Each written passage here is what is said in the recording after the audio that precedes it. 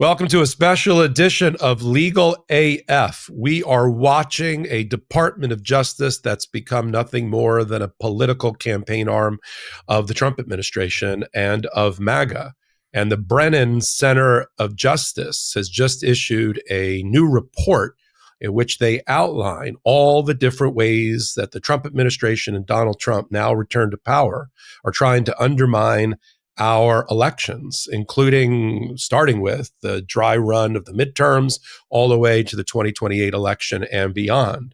And there is a blueprint here that they are using, both with personnel and how they're staffing things, and the attack on voter data, on election integrity, on voting and election rules. And it is now important that we put all the pieces together for you in a way that makes sense so that you have the information that's needed to go support the people that are protecting our democracy, like clerks and secretaries of state in the election side, and help make sure that your voter data is protected. And I can't think of anybody better to bring this to our audience's attention and brief them on it than Paul Blumenthal, senior writer for HuffPo, who has a brand new article up. We'll put it up here. We'll put the link down in notes about the Trump campaign's attempt to undermine the next election. And I love the comment, and when I bring in Paul, he must be a horror movie buff. The call is coming from inside the house, which I loved. And so let's bring in Paul Blumenthal. Welcome to Legal AF. Hey, thanks for having me here. Yeah, love it. And we want to bring, we bring newsmakers, we bring the journalists that are every day, from the moment you get up in the morning until your head hits the bed and hits the pillow, thinking about law and politics, in this case, election integrity and Donald Trump's assault on it. So why don't you kind of talk about your article and what you picked up from not only the Brennan Center of Justice report that was issued by Jasleen Singh, but you also interviewed them, and you've got some great information to sort of brief our audience about this issue. Yeah, so, what the report really explains is that the Trump administration is really putting forward what they call a concerted strategy that brings together a lot of disparate elements that aim to disrupt or potentially overturn future elections. And, we all know that Donald Trump likes to question the results of elections. He's an election denier. He has been since he first ever stepped onto the political stage, questioning Barack Obama's eligibility to be president. The whole birther conspiracy, and then questioning whether he won the popular vote in 2016, and then obviously the insurrection in 2020. In 2024, he also, laid the groundwork in case he lost, but he won. And now here we are, with Donald Trump in control of the White House, the Department of Justice, every branch of government, and running it in a way that is very much different than previous presidents, including himself in his first term, have done before. So, what this report really dives into is the various different ways that he is exercising control and also trying to set up narratives that can be used as pretext to interfere in the elections. So, one of the main things that we're looking at is the control of the Department of Justice. And he's asserted control over the DOJ like nobody since Nixon and way beyond Nixon. We're talking, the Department of Justice essentially does what he says. There's no independence anymore. And so, they have been getting involved in voting and elections cases in the states, largely through an executive order that he issued that illegally and unconstitutionally seeks to seize control and change the laws of states and local municipalities as it relates to elections and voting. Now, these two things combined together with the threats that he is leveling against law firms, against universities, against so many different elements of civil society that try to sideline and freeze up any group that might work to fight these actions.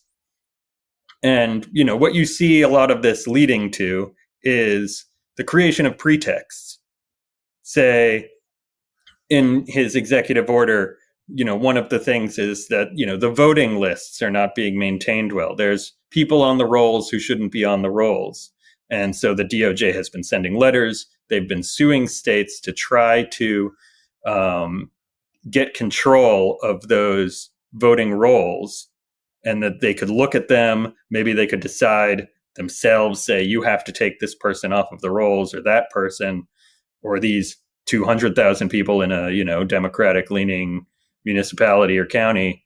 And then if the state or the county or the city doesn't do it, here comes Trump stepping in saying, well, look at this. Like, they're not following this law. It's not a law because it's an executive order that has no binding meaning for any state or any city or any politician really outside of the executive branch. And that gives them a pretext to come in and interfere and potentially file lawsuits or try to, manipulate the outcome. That's a really great observation about Donald Trump's use of pretext, and to try to take control and take over institutions where he has no constitutional right to do it, and then try to get the populist movement to support it. For our audience that may not be as tied into it as you and me, states, even about federal elections, have their own power, and it is actually the supreme power to set conditions of elections, the equipment that's used in elections, when votes are counted, how votes are counted, the date and time and place of elections. That's a state function by way of the Constitution, even on a federal election. A lot of people are surprised by that when they're reminded of that. And so even though it's a federal election, he doesn't get to issue an executive order to tell states how to run their elections. But some of them, especially the red states, are capitulating, right? They're bending the knee and they're saying, oh, you want to see my voting machines? You want to see my voting data? Okay. Of course, the Democrats in the Democratic states and the blue states are not doing that. They're telling him to go jump in the lake. And what I picked up from your article and your review in your interview at the Brennan Center with the Brennan Center is that the holy grail here seems to be getting their grubby little hands on voter data, right? And Yeah. that's one. You got the pretext you talked about, and the second is to put into government obscenely unqualified people who will not resist Donald Trump's urges and will enable it. I think the political scientists call it what is it called? A cacostocracy. I'm going to get that word. I think. There it is. Thank you. I'm going to leave that in, by the way, the fact that I can't pronounce that word, which is a government by the worst and least qualified people in unscrupulous people in a government. And you have, look who's in the Trump administration. You've got you got right-wing podcasters. You got Fox hosts. Everyone a 2020 election denier and or birther denier, a birther. You got as you outlined in your article, you've got Bondi and Kash Patel and Hegseth and Tulsi Gabbard and Haba and Pirro and Harmeet Dillon, Ed Martin. Even in his first administration, he had, I may not have agreed with them, but he had quality people that at some point were like, no, we're not seizing voting machines. No, we're not shooting people who are demonstrating behind the White House. He's eliminated. That was the lesson he learned in getting back into office. And with the immunity decision, I'm going to eliminate all the guardrails. Nobody's going to tell me no. Well, yeah, that's the next step with the pretext that he's set up is, you create this narrative that something's wrong. And then he has these people, as you mentioned, in positions of power to actually execute what didn't happen in 2020 and 2021 around January 6th. He asked William Barr, the attorney general, to seize the voting machines, and Bill Barr said no, he wasn't going to do it. Don't want to give credit to Bill Barr for a lot of things, but, he did stand up to Trump and say no, and then he resigned. And, the rest of the people in the DOJ stood up to him when he tried to appoint Jeff Clark to go over their heads and send letters to Georgia and other states saying the election was in question. So, his first term did include these people who were, actually serious individuals. And the White House counsel. They might be very conservative. They may have supported Donald Trump, but they actually took the rule of law seriously. That is not the case in this administration at all.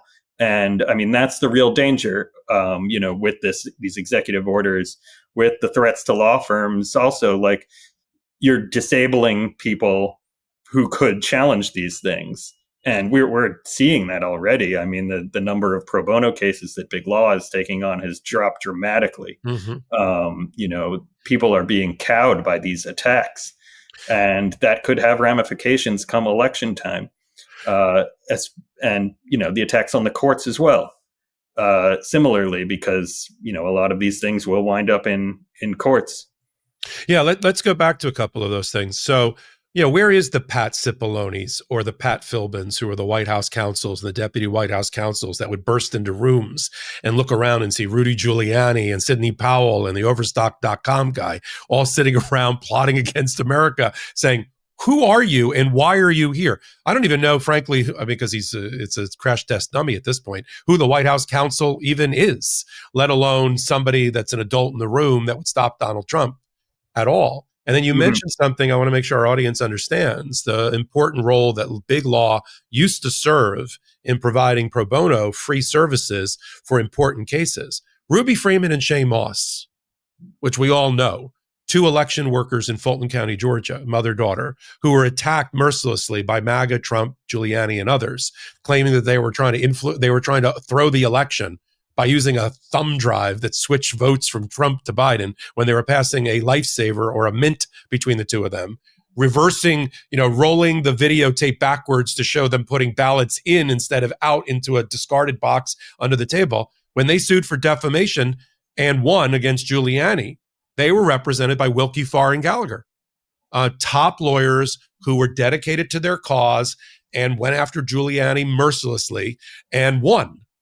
Wilkie Farr is one of the first to have settled with Donald Trump and put and mothballed and shuttered their pro bono program. Yep. And similarly with Paul Weiss as well, which represented people suing against the Proud Boys for their actions around January 6th and beforehand at previous protests, tearing down Black Lives Matter posters from Black churches in DC. They were representing people in Charlottesville after, August 12th there, the very fine people. And, they set up a separate kind of law practice that would represent people being targeted by this kind of extremism. And they shut it down as part of the deal that they made with the Trump administration. Yeah. And that's why when we see, and in HuffPo, we see that I said it's almost like a forest fire. And then out of the forest fire comes these, you see the flowers start to germinate and come up. So now we're seeing all these small boutique law firms whose sole purpose, reason for being, is to oppose the Trump administration and represent people that have been targeted by them. So now we have the Washington Litigation Group with Jim Pierce, who was on Jack Smith's team, and a few others who just bound together. We've got about 10 firms doing what Big Law has disabled themselves from doing to represent people being targeted. So that's comforting to our audience, because at least there's top lawyers who are going to have a long career for the next 4 or 8 years, as long as MAGA remains in power till we take them out. And they're going to have a steady flow, unfortunately, of clients. Let me read from Paul's article that's up in HuffPo, how Trump is plotting to disrupt the next election, and then kick it back to you, Paul. Here's what you wrote. Since taking office, Trump has installed loyalists who follow his orders into key positions in the Department of Justice, issued executive orders centralizing decision-making within the White House, attempted to unilaterally change state and local election laws, demanded unprecedented access to voter data, dismantled election security protection, threatened elections officials, this is a lot in 7 months, and workers, law firms, and others. And then you quote Sean Morales Doyle from the Brennan Center. We are seeing this as an unprecedented intrusion by the White House into the way that our elections work, in a way that really makes us concerned for our elections moving forward. Now, your job as an investigative reporter and a senior writer is to report on these things and to bring it to the people's attention, to start speaking truth to our audience. But our audience is always looking for things that they can do other than just be briefed about this. You've got clerks, you've got secretaries of state. How can they reinforce the guardrails of democracy, and now having been briefed on this issue, do something about it. Well, I mean, a lot of these actions that Trump has been taking are being challenged in court right now by secretaries of state, by state attorney generals. There have been 2 court cases, I believe, that have struck down either all or most of the election executive order in 18 states. Of course, because of the Supreme Court's decision in the CASA case around birthright citizenship, you can't have a national injunction anymore. So those decisions only apply to the state plaintiffs, which would be every state that has a Democratic attorney general or secretary of state, whichever group brought this case. So, I mean, the executive order is still theoretically, despite being illegal and unconstitutional, the president has no power over elections, technically could still apply in states that have Republican attorney generals. I think that there's a lot going on, as you mentioned, with these boutique law firms popping up. Obviously, voting rights activists, groups, election officials, election workers, especially, who are overworked and, not paid or very underpaid and can't afford legal representation and are being clearly targeted by not only the Trump administration, but, the election denier movement. Obviously need support. And if big law isn't providing pro bono work anymore, then somebody else is going to have to step up and do that. There's a lot going on to push back against this right now. And I think that what the Brennan Center, in issuing this report, wanted to get across was, not that this was some doom scenario that's bound to come about, but to warn about the danger that, especially all of this happening from day one, coming out of the White House. Back in 2020, Trump really only got going on this effort to overturn the election around the election and really afterwards. And it was very, slapdash and haphazard. And, they were seeing what they could throw up against the wall. And in a lot of ways, you have to look at that as sort of a trial run for now, because they know what works, what doesn't work. And they have people in power who, they might be cronies. They might, follow what Trump says, but they know now where to pull the levers, how to create a misinformation narrative, how to create a pretext to intervene in elections. Previous efforts to overturn elections or, to try to have a coup sometimes fail, and you learn a lesson from that. And you come back later and put in the plan that you've learned from that lesson. And I think that's what we're seeing here now. And it's important. I believe that's what the Brennan Center wanted to get across in their report, that people are aware of this at this moment, far enough ahead of the election, of how this could all play out. Yeah, and I'll give a personal example now that I'm back down in Florida.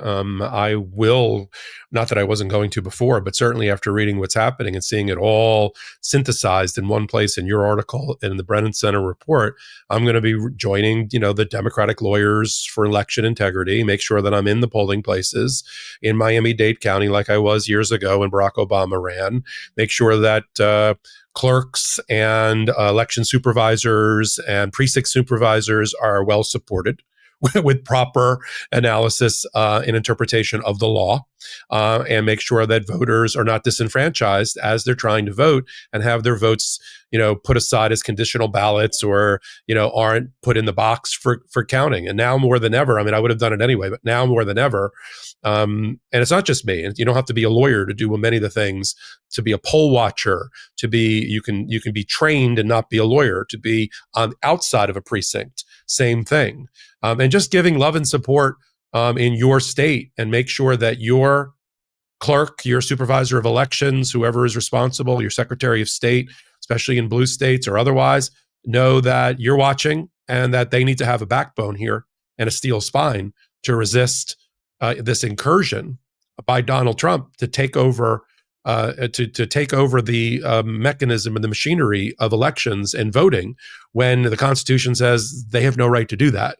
And then lastly, you've got everybody I think knows it from watching Legal AF and reading your writing. You can't trust the Department of Justice. They have forfeited their integrity. They have forfeited their right to be called a legitimate, good faith law enforcement organization, especially when it comes to voting and elections. And so we can't look there. And so we have to do these other things. One is to join in this community and have people like you, Paul, come on and brief our audience, hopefully more regularly now that we did the first one together. How about that? You agree with that? Sounds great to me. All right. So we have Paul Blumenthal, senior writer for HuffPo. He's got a brand new article out. We're going to put the note here at the bottom. I want everybody to go grab it and read it. And actually anything he writes, I think is important. Paul, what's the name of your article? It's How Trump is Plotting to Disrupt the Next Election. The call is coming from inside the house with Paul Blumenthal. Thanks for being on Legal AF. And for those that are new to the channel, take a moment and hit that free subscribe button. All we want to do is match our viewership to our subscriber base. If we can get 1-to-1 on that, I promise I'll stop asking people to hit the subscribe button. Until then, I'm Michael Popok with Legal AF. I'm Michael Popok, and I got some big news for our audience. Most of you know me as the co-founder of Midas Touch's Legal AF and the Legal AF YouTube channel, or as a 35-year national trial lawyer. Now, building on what we started together on Legal AF, I've launched a new law firm, the Popok Firm, dedicated to obtaining justice through compassionate and zealous legal representation. At the Popok Firm, we are focused on obtaining justice for those who have been injured or damaged by a life-altering event by securing the highest dollar recoveries. I've been tirelessly fighting for justice for the last 35 years, so my own law firm organically building on my Legal AF work just feels right. And I've handpicked a team of top-tier trial fighters and settlement experts throughout all 50 states known as big auto injury attorneys who have the know-how to beat heartless insurance companies, corporations, government entities, and their attorneys. Big Auto's attorneys working with my firm are rock stars in their respective states and collectively responsible for billions of dollars in recoveries. So if you or a loved one have been on the wrong side of a catastrophic auto, motor vehicle, rideshare, or truck accident, suffered a personal injury, or been the victim of medical malpractice, employment harassment or discrimination, or suffered a violation of your civil and constitutional rights, then contact the Popok Firm today at 1-877-POPOK-AF or by visiting my website at www.thepopokfirm.com and fill out a free case evaluation form. And if we determine that you have a case and you sign with us, we don't get paid unless you do. The Popok Firm, fighting for your justice every step of the way.